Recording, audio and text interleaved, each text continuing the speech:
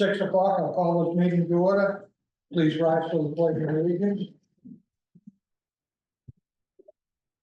I pledge allegiance to the flag of the United States of America and to the republic for which it stands, one nation, under God, indivisible, with liberty and justice for all.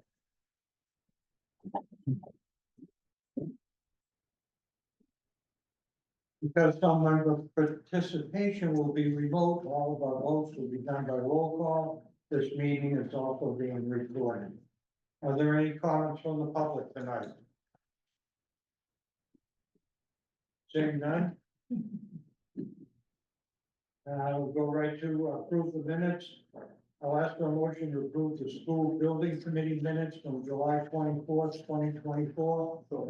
And August 13th, 2024. Situate, Abington, seconded. Any discussion on the minutes? I'll call the roll on the minutes. Bob Haywood, yes. Tom Hickey, Yes. he's not here. George Cooney, Yes. Jim Coffin, Yes. Bob Mahoney, you on?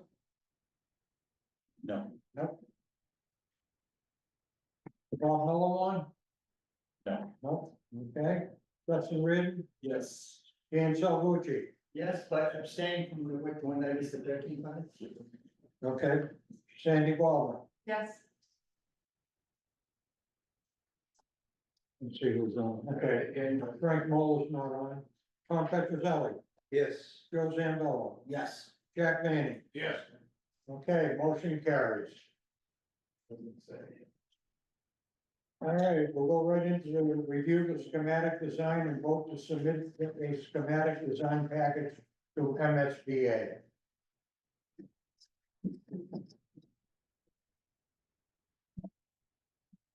You tell if there are folks who are gonna be let in, I'm just surprised. I don't have anybody here, Kevin. Okay.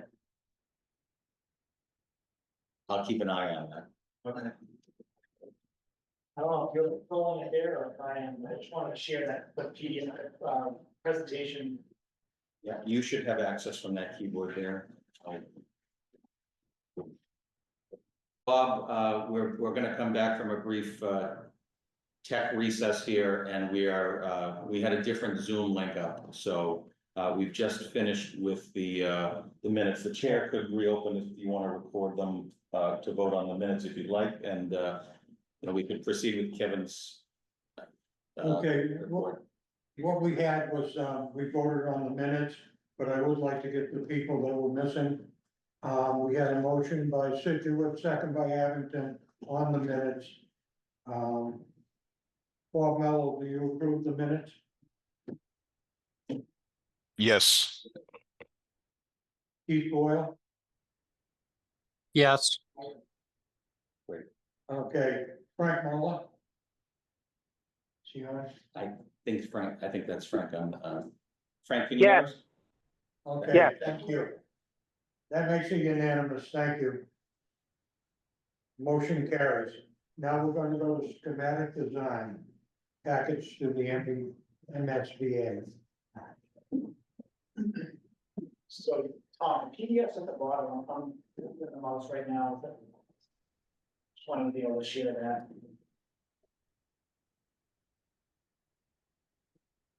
Okay, You have control of I have that? control over that, yeah. Thank you. Yeah. Good evening, so the first item we just worked through, approval of meeting minutes.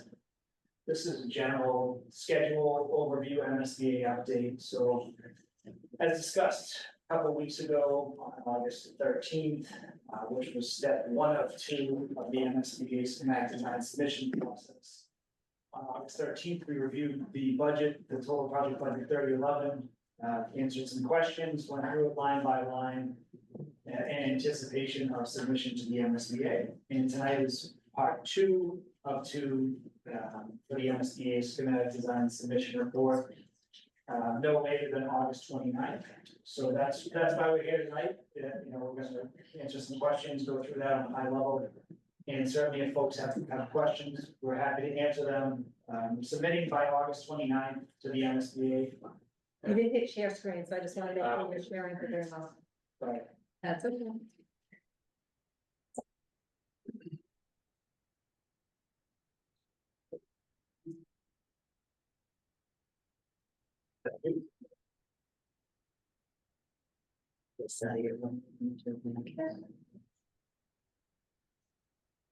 Thank you. So submitting to the MSBA by August 29th keeps us in line on schedule for the October 30th MSBA Board of Directors and on schedule to go to vote in January 2025. Before I move forward, are there any questions related to just schedule or the MSBA's process? Anyone? None, go ahead.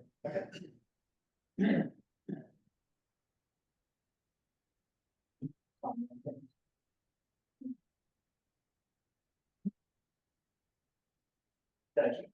Okay, so this is what I'm here tonight. So the schematic design package to the MSBA is incredibly robust. The reason why it's such an important part of the process is it's when you've established your total project budget, your construction budget, and it's when they establish the maximum amount that they will contribute, so the grant amount. So what goes into that, again, is a very robust, comprehensive package. You know, when I was at the MSBA, they talked about scope, schedule, and budget.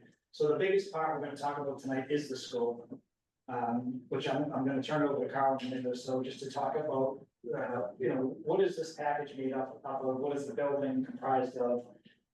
The schedule also submitted in this, and everyone can review that. We provided a link, I believe on Friday as part of this document, and feel free to take a look at the schedule. And the budget we reviewed a couple of weeks ago. Happy to answer questions on that. So, Carl, would you just mind taking us through some of the high level schematic design items? As Kevin said, the purpose of this document is to define those basic three things: the scope, the budget, and the schedule, because it does set the grant. It really becomes a contract between the district and the state going forward. There's a document that comes out of this called the project funding agreement that you'll eventually have to sign, and it includes, you know, all these documents. And moving forward, we still have a lot of work to do in terms of developing, you know, the actual construction documents, and but they always check back to these schematic documents to say, now what has changed? Has anything changed? Why has it changed? You have to justify it, and so forth. So there is a lot of detail. It's basically organized, if you look at those black lines, into four, let's call it, or five pieces to this sketch, this submittal. The first one, DESE submittal, that's specifically the portion of the project that deals with special education.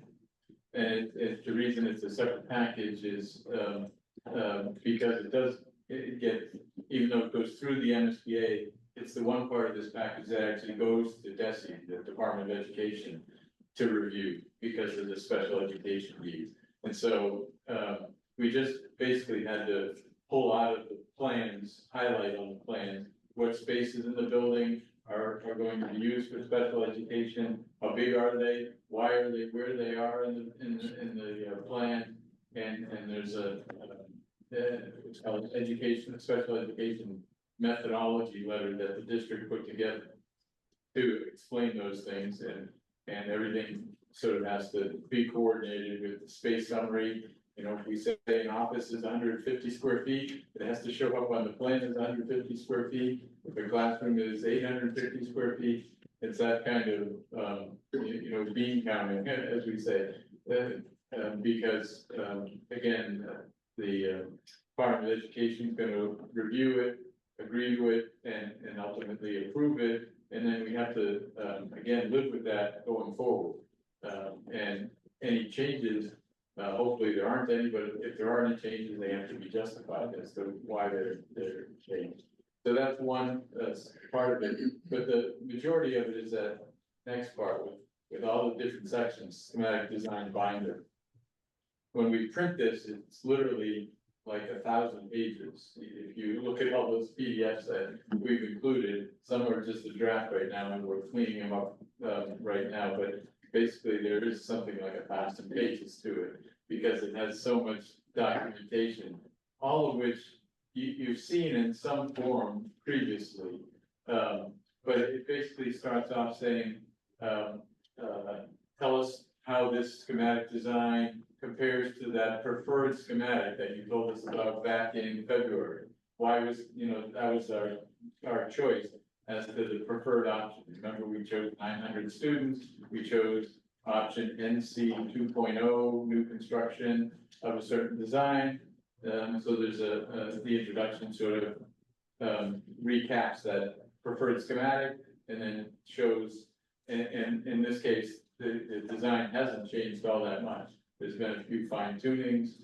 The square footage did go down. I don't know, we might have talked about that last meeting. It went basically from 256,000 square feet to 250 in round numbers. And most of all of that is attributed to the district office staying in this building. So we pulled it out of the high school, the new high school building. And we actually already explained that to MSBA 2 offline because they picked up on that when Kevin sent in a letter saying, here's the project budget, the project's on budget, we will be submitting on August 29th. They picked up that the budget has come down and that the square footage has come down. And again, they are just doing their job, but they want to understand, what changed. And so that's included. And then there's a lot of backup information there. But essentially we had to resubmit that space summary form, which is the listing of every space in the building. How big is it? And how many of them are there? And they have to match up with the floor plans. Down to, we round things out to 5 square feet, but it's pretty precise at this time, even for schematic design drawing. So if a classroom is 900 square feet, that's one type. If it's 905, that's a different type. And we had to list every little variation. So the space summary got updated. It's now like 4 pages long. It used to be, I think, 2 pages long, listing every space in the building and totaling up to that 250,000 square feet. So that's in there. Any changes to the educational program, and there really weren't any. The scope has remained the same. That's sort of a recurring message you'll hear through this whole thing, that the scope of the project has basically remained the same going forward. So we have a lot of narratives to include, and they're really updates to narratives that were submitted previously. So every discipline on the project has updated their narrative. Civil engineers, the traffic, the architectural, the structural, mechanical, electrical, plumbing, fire protection, all of those, in kind of plain English, explain what the scope of their work is. In addition to that, there will be drawings, as you'll see, but just in sort of narrative form, they want to see what's any of those systems are up to date with their description. There's some regulatory information now too. It's a new emphasis. They want to make sure that the project team understands what's ahead of us in terms of getting this project ultimately permitted. Some projects have a lot of hoops to jump through, not just locally, but with the state. This project, really the only significant permit outside of the typical building permit is with the Conservation Commission, because we're in proximity in the buffer area to some wetlands. And so, we filled out an entire permitting checklist that the state has to make sure that we don't exceed any of those thresholds, and need to go to the state environmental MEPA, it's called, Mass Environmental Protection Agency.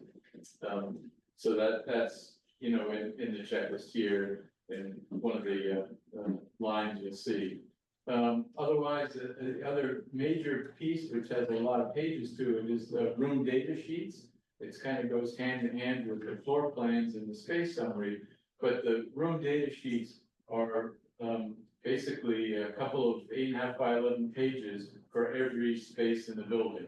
shows a floor plan of it, shows the furniture in it, it shows how big it is, what the purpose is, and then it spells out all the special, utilities and requirements.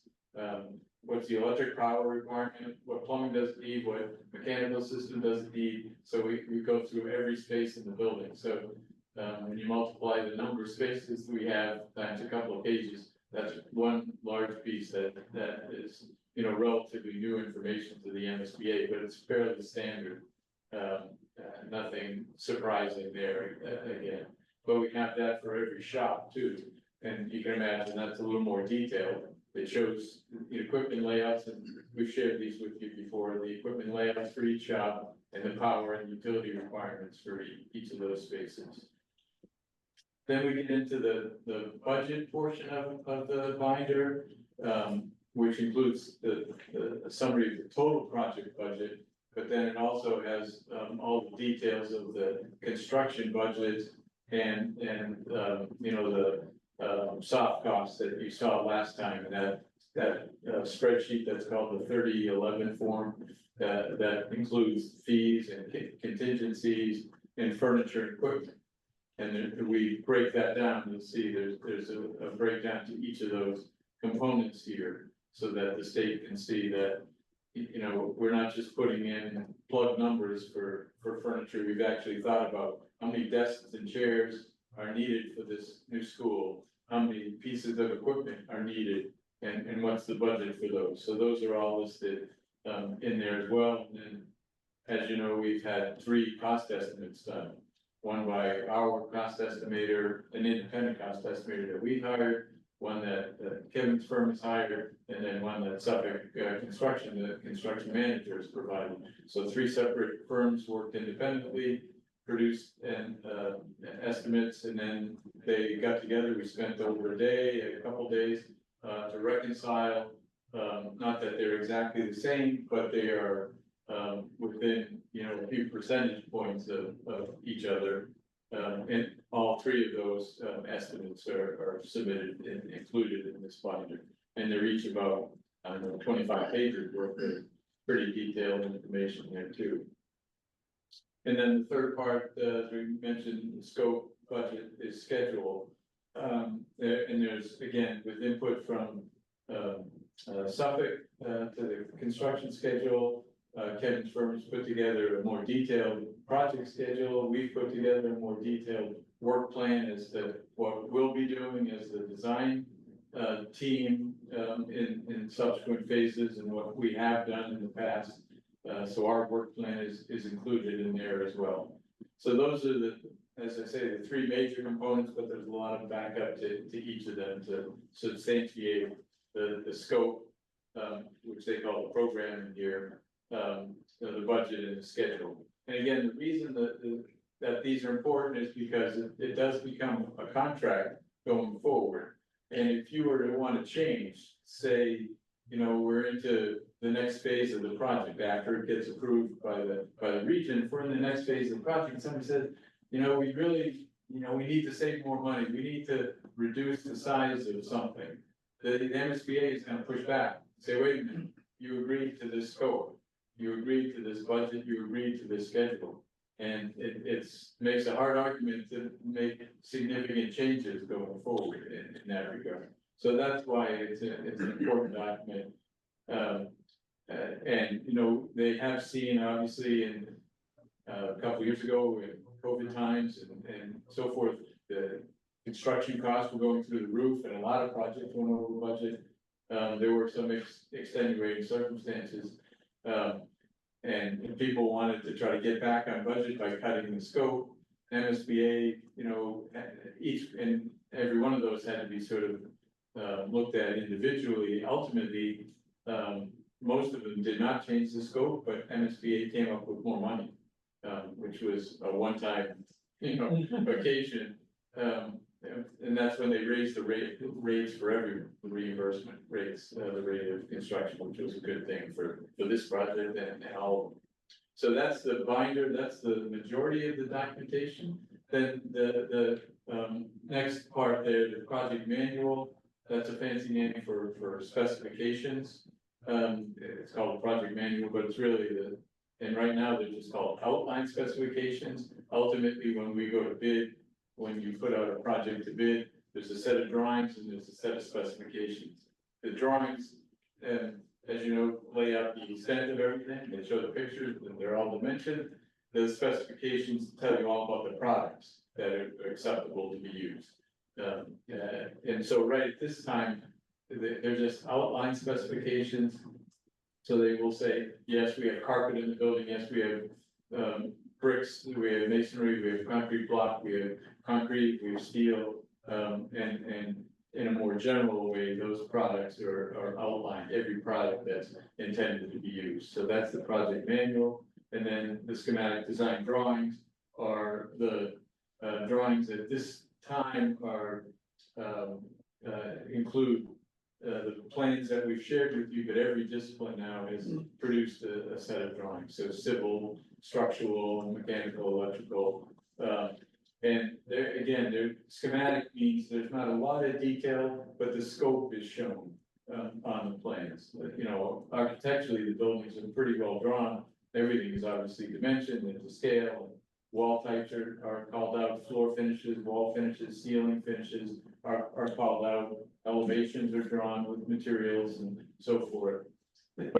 With those kinds of things, there is some still development that can happen. We're not locked into the building so specifically that we can't, you know, change your window size or move a door, things like that. There is room. I don't wanna, scare you to think we're locked into the plans exactly.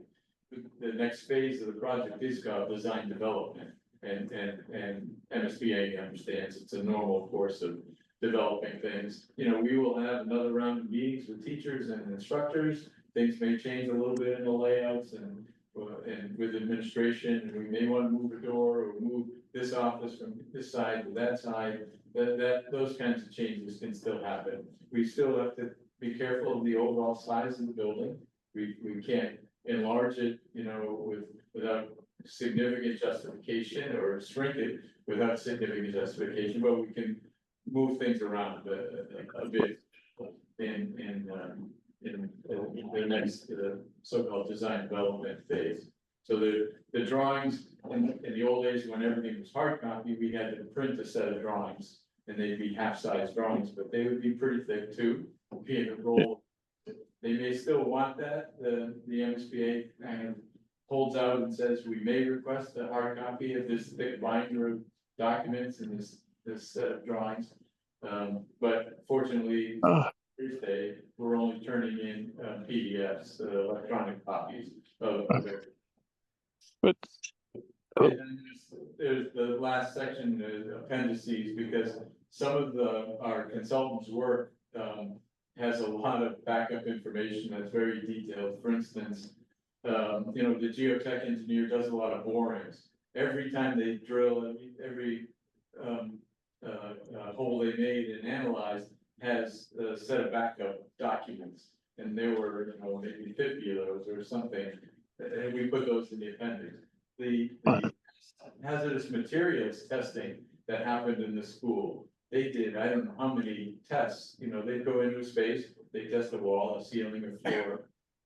Every one of those gets sent to a lab and get a sheet of results. So there's so many pages to that, we put that in the appendix too. There's a summary, you know, in the binder, but so that's the reason for the appendices. They're just some things are just so voluminous and make more sense to be in an appendix. So you'll see that. And again, I think we forwarded the draft to you with all of these things in electronic form, but there are 1,000 pages. We don't expect anyone to go through there, but if you go to the table of contents, you can, depending on what software you're looking at, you can bookmark these things and you can click on a chapter and go right to it. So you don't have to flip through every page to try to find something. If you click on it, it'll bring you to that page. And the MSBA appreciates that too when they're reviewing this. So that's what's being submitted. In terms of the schedule, we will be getting comments. You may remember in earlier submittals, the MSBA takes usually somewhere around 3 weeks to review all this. They go through it with a pretty fine tooth comb, and they have a checklist of their own, to fill out, give us comments, back. And then we, as a project team, need to respond to those comments within 2 weeks. So we'll be sharing them with you. You get copied with them. I don't know, I think they copy the chairs of the committees, and obviously the administration. They also copy the legislative delegates. Yes, they do. And with a regional school, that's a lot of political people, politicians getting copied with this. I want to warn them in advance. This is standard procedure. Some people wonder, well, why do you get comments? What did you do wrong? It's standard that there are always comments, and their form is such too that they repeat what they're looking at. They have sort of an answer. So even if there's no comment, there's text there. So it's several pages of comments that we have to respond to. But one of the important comments we'll get back is on that budget form that Kevin, spent time last time, that 11 form, where they will go through that with a fine tooth comb, because they want to determine if there's any ineligible space, ineligible expenses, and before they calculate their grant. And as you remember, you have a so-called reimbursement rate, but then in reality, you have an effective reimbursement rate.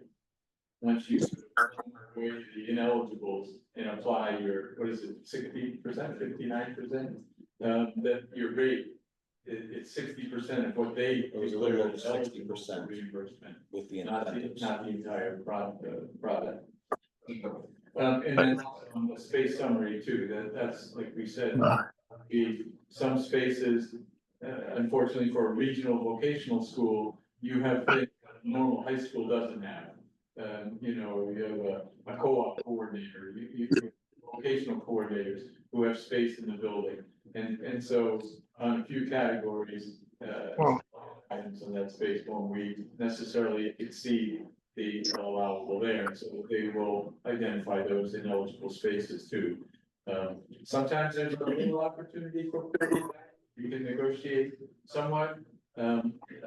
But sometimes it's a take it or leave it sort of, when they make their judgments on some of these things. But we have a building, very little ineligible space. So we are trying to maximize, your reimbursement here. But that. Mr. Chairman, Yes, go ahead. good. And so, yeah, sorry for being late. I apologize, but I just want to ask about the importance of us getting copies of those plans, Carl, because now we're at the point where we don't have, if we wanted to move something and change the plan a little bit to our liking, now we can't. That's just the middle, because once MSBA gets it, it's going to be a major change, and that won't go through if we wanted to move something big. Yeah, you do have a draft of all the plans too, that you can look at there. No, As I said, the internal layout, there's still some room for tweaking within the overall envelope of space that we have.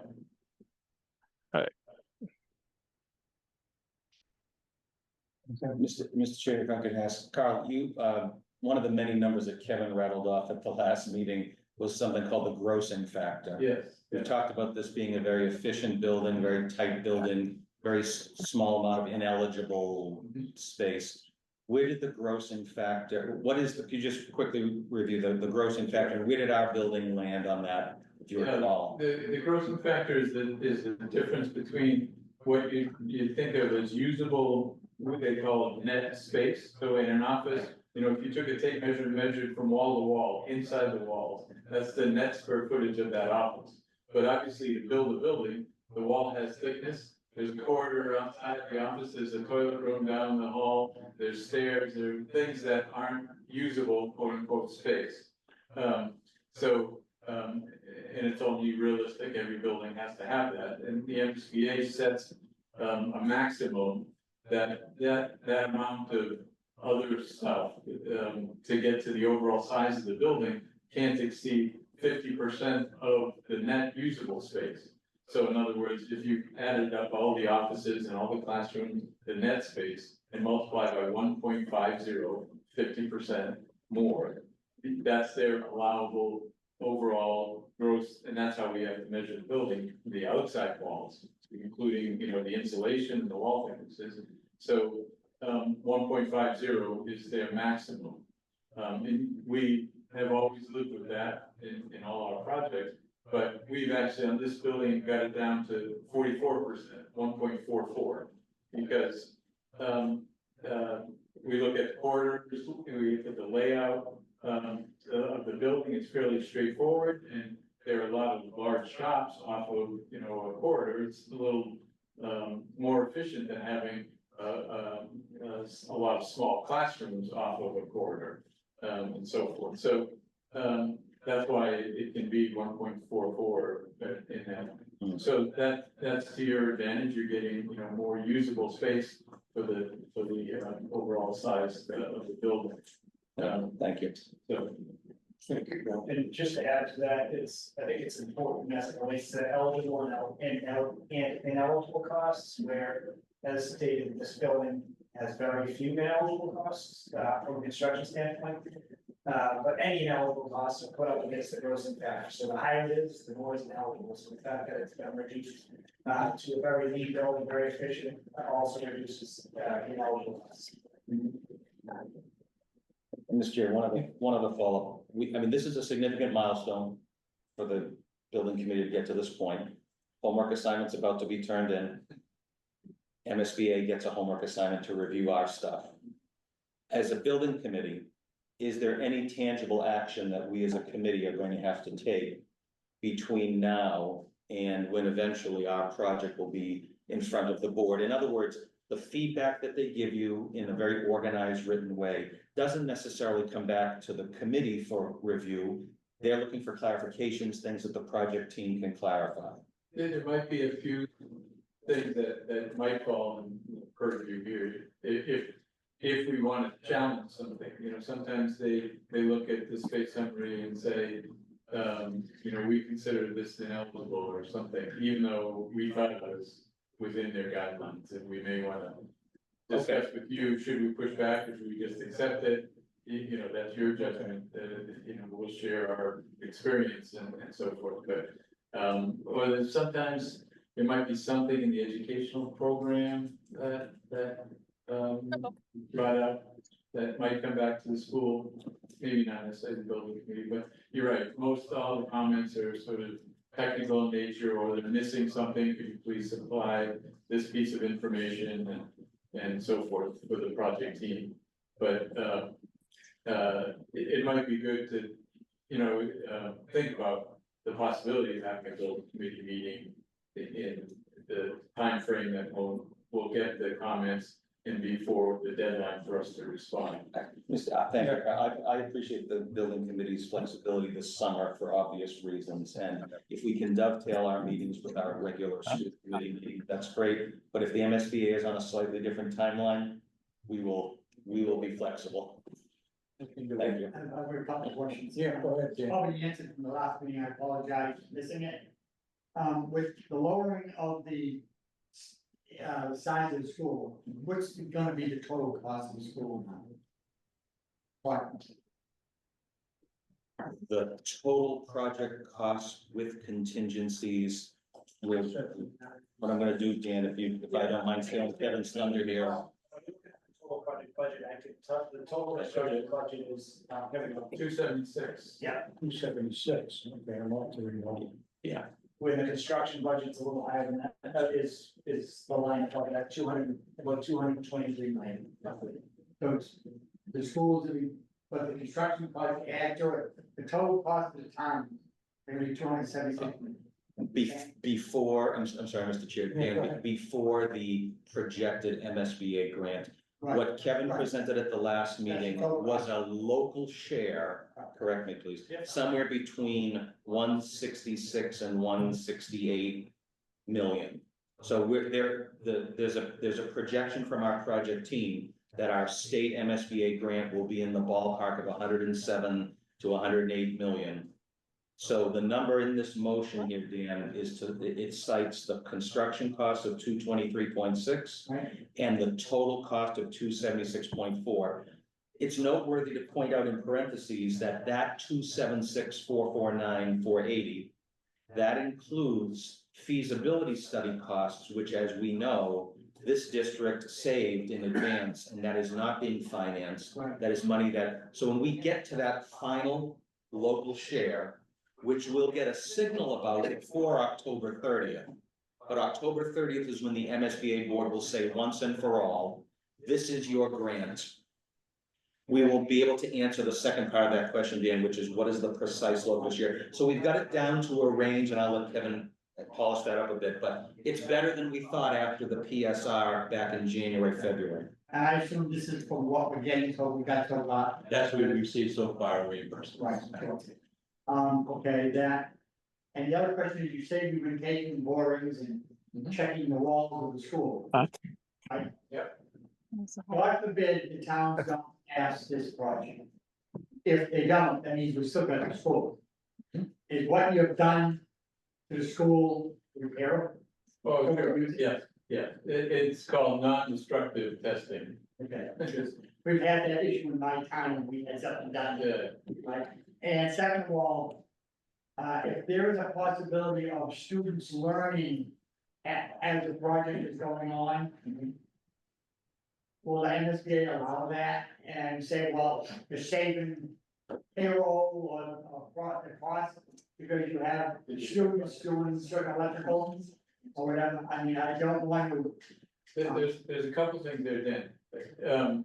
In the scoping out of the project, we consciously set aside some pieces of work saying, we're not gonna have Suffolk build this, we're gonna have the school build this. Okay. Like, you know, a concession stand or a maintenance garage or, and then within the school, we also looked at some pieces of work like cabinetry or some display cases that we thought, one, you know, were within the purview of the capabilities of the students to do, but also were not kind of on the critical path.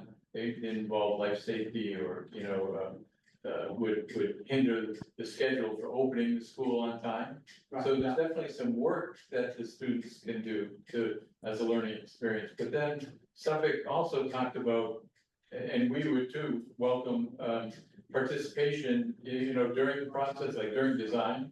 We could share our drawings, we could share our renderings with classes involved in construction and come and speak to classes. Suffolk likewise, we can talk about a lot of, you know, subjects of interest to the students too. Yeah, because the schematic design, students, like my son and his wife, they took crafting and now he's an engineer.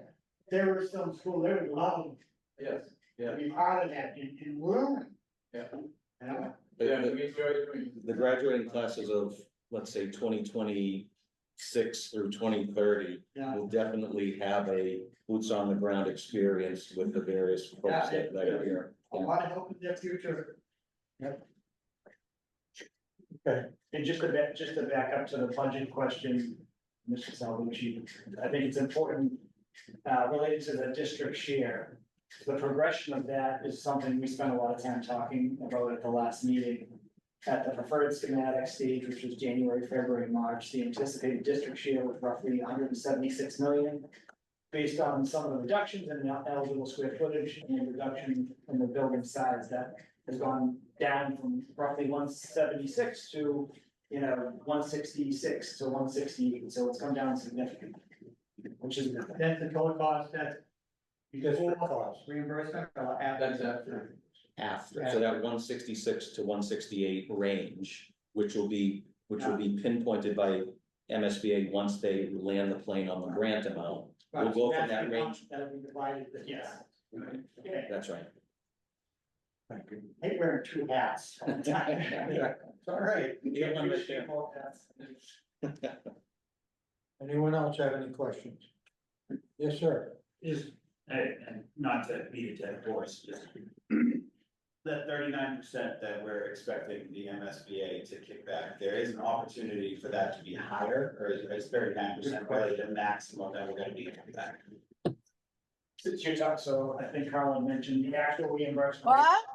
60. Yeah, I have it right First, here. yeah, 3.79% or something. effective rate, which is closer to 40% or Yeah. 39%. We won't know for sure until MSD does their review. There's a chance it can go up a little, and then honestly, I don't know. But the other side of that, there's a chance it could go down. There's a chance, yeah, we've done our best, you know. No, I- Every email across. What I will say, just for context, the delta between your actual rate, which is, 63 and the 39, so that's 24. Is actually, it's very low, especially for low tech. Usually that delta is at least 30 points. And we have other projects we've looked at where someone's rate could be, 60 and they're only getting 30%. So I think the team and staff have done a great job to make sure this is very efficient and cost effective. Thank you very much. Thank you. I guess one other way that it theoretically could go up is that the project cost could come down. And the MSBA's grant might come down with it a little bit, let's say, lower than the construction cost. It's a wide, it's a wide. But also, a lot of vocational schools do buy equipment with Perkins money or other grants, and sometimes that lowers the soft costs. That's not reimbursable. We're way beyond what, unfortunately, what the very low number that MSBA allocates for furniture and equipment. It's the same for an elementary school as for a vocational school, if you can believe that. If there was one complaint from every vocational school, it is the FF and E line. Where they just had, the grant program does not make a distinction, as Carl just said, so we're carrying more money on the FF and E line, although we did scrub that down in anticipation of some recent grant success. But it still is, unfortunately, they just don't capture a lot of that in the reimbursement rate. I will probably make that point again this year, and I don't have a date. FF and E line should be juiced up for both schools, period. Yep. That's a possibility where, the grant might stay the same because we're already way over cap, but you might get funded by other sources. Anyone else have any questions? Now, the other thing, will there be now a complete set of drawings at the school? What he's looking for is a complete set of drawings Yes. that he can sit down and go through page by page. Yeah, we plan on making, at least one hard copy set of the entire submittal, Yeah, including drawings, and to be delivered here. You want them here? Great, that'll be great. that'd be wonderful, Carl. Thank you. Yeah, good. Yep, that's all I ever wanted. That'd be great. Thank you. Thanks, Bob. But I'm good, Mr. Chairman. Thank you. Okay, all right, Robin. It's okay.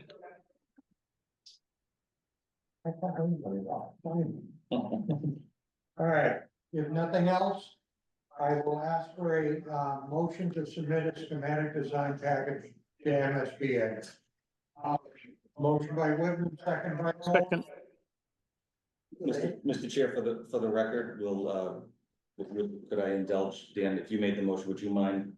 I think we just have to record that suggested motion. You want me to read that? I can see it. Yeah, I can read it if you like. For the sake of the record, for motion to approve DRA in left field on behalf of the Social Regional Vocational Technical High Building Committee to submit the schematic design submission to the MSBA for review and consideration.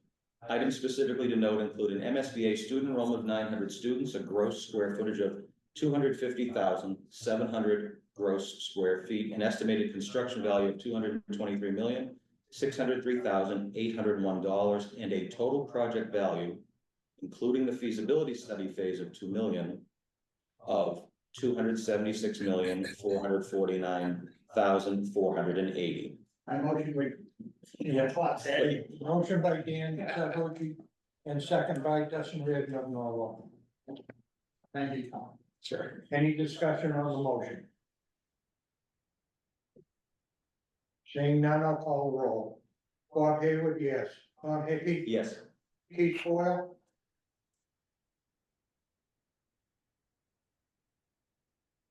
George Hello? Cooney. Was that Keith? I don't see Keith on the. Okay. Can you hear me now? Yes. Yes. Jim Cochran, Yes. Bob Mahoney, Yes. Bob Mello, Yes. Dustin Reardon, Yes. Dan Salvucci, Yes. Sandy Baldwin, Yes. Frank Mola, Jr. Don Petrozelli, Yes. Joe Zambello, Yes. Jack Manning, Yes. motion carries. Now we'll get to my favorite part, no, not really. And motion to adjourn.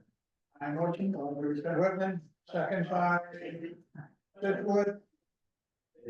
No discussion, Bob Hayward, yes.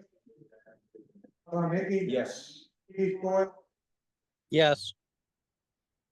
George Cooney, Yes. Jim Coughlin. Yes. Bob Mahoney, Yes. Bob Mello, Yes. Dan Salvucci. Yes. Sandy Baldwin, Yes.